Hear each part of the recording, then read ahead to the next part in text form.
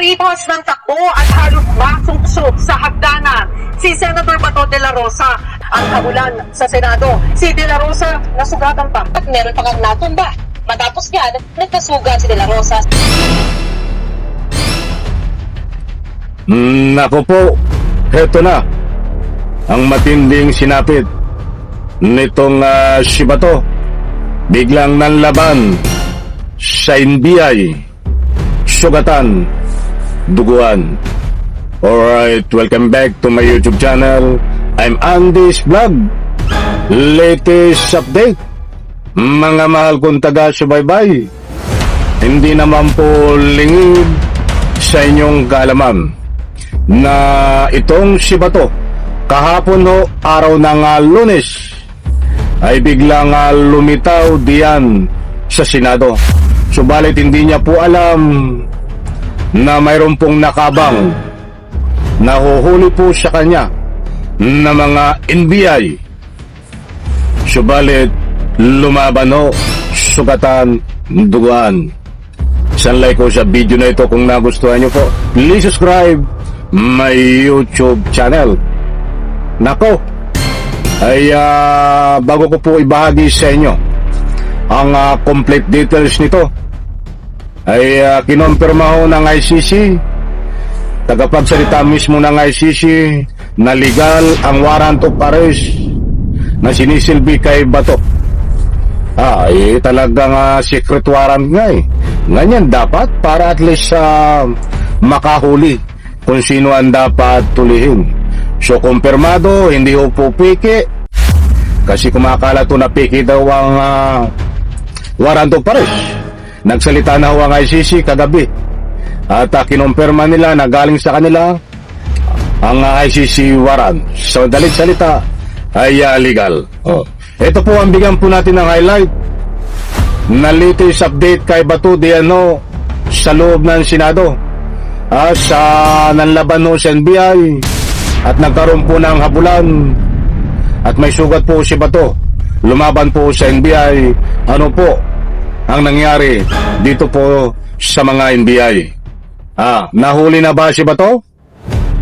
Nagtago ba ito sa loob ng Senado o hindi lumabas? Bakit sugatan si Bato? Bakit nakatakbo si Bato? Yan pong lahat mga kaibigan, ito ho. Ibabahagi ko po sa inyo ang latest update. Pakinggan po natin. Kumaripas ng takbo at halos masuksok sa hagdanan si Senator Bato de la Rosa. Nasa pulyan sa CCTV ang habulan sa Senado. Si de la Rosa nasugatan pa at galit na galit. Kabilang daw sa mga humamon sa kanya si dating Senator Antonio Trillanes IV. At live mula sa Senado, napapauntay ng balitang yan si Mobile Journal, Merymon Reyes. Merymon? Ito mga kaibigan, live buhat sa Senado. Ibabagi ko po sa inyo ang mainit-init pa na habula ng NBI at sugatan si Bato, tumakbo.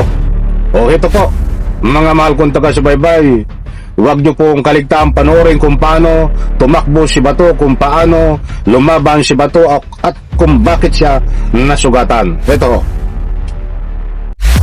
Ano nang update matapos na ang habulan dyan sa Senado?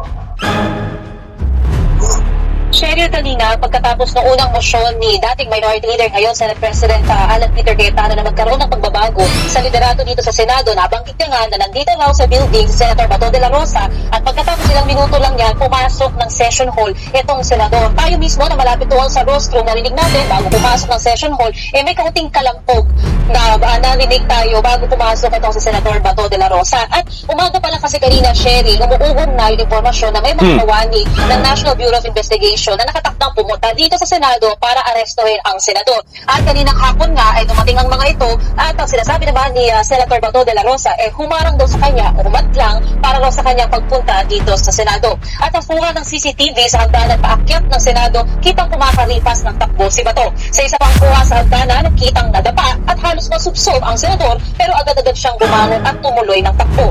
Hanggang sa marating ni Bato ang hallway ng Senado, dali-dali siyang tumakbo pagpasok ng pintuan. Nang makapasok si de la Rosa, makikita pa sa video na nagtutulakan ang mga nakasunod sa kanya at meron pang natumba. Matapos niyan, nagkasugat si De La Rosa sa daliri. Sa isang video, kitang ginagamot ang senador. At na magkaroon siya ng pagkakataong magsalita kanina sa sesyon sa Senado, hindi napigilan ni De La Rosa ang kanyang galit. Pakinggan natin siya. Ito. Mr. President, Mm. may I move that the Sergeant at Arms remove these people from the vicinity of the Senate. Mr. President, Ayun mga kaibigan ng kaganapan. Kahapon po yan na naganap. Mga kaibigan, ba't kalalabas pa lang na complete details?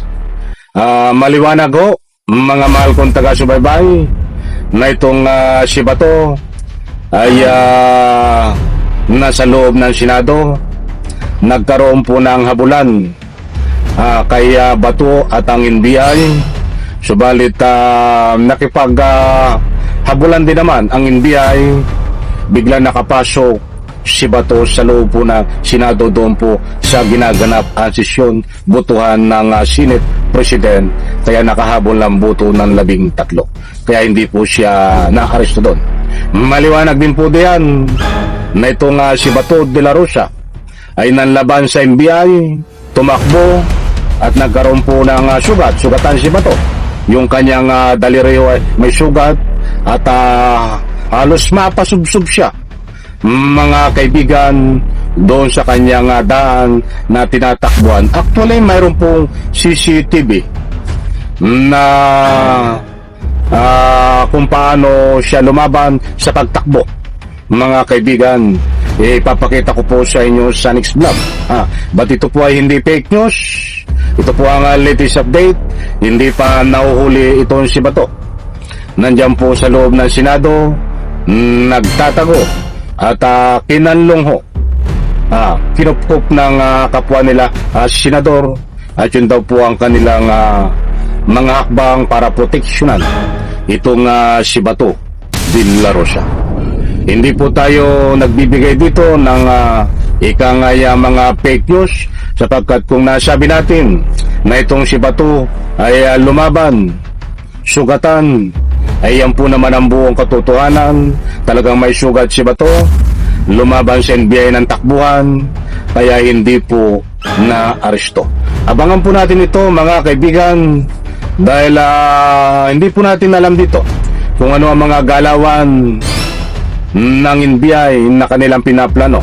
Dahil ayon ho, hindi naman tayo abogado, dahil ayon sa ating pagsaliksik at nagbabatay na rin tayo sa mga batikan na abogado na nagbibigay ng kanilang komento, na ang sabi ho ay hindi sakop si Bato ng ganong proteksyon sa loob ng Senado, na hindi dapat pwedeng mahuli, sapagkat ang punishment ng crimes against humanity na kaso ni Bato diyan po sa ICC ay life imprisonment, habang buhay na pagkabilanggo. Hindi daw sakop yan para protektahan ng Senado, at ang sakop pa lang para protektahan ng Senado ang isang senador kapag nahatulan o ang kaso ay hindi bababa sa 6 na taon na pagkabilanggo.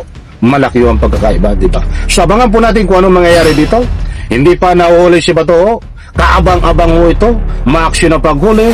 Ba't muntik lang mahuli kahapon ho ito, kung hindi nga nakatakbo, dahil bigla nakapasok diyan ho sa loob ng sesyon, na doon siya nagtatago ngayon sa loob ng Senado.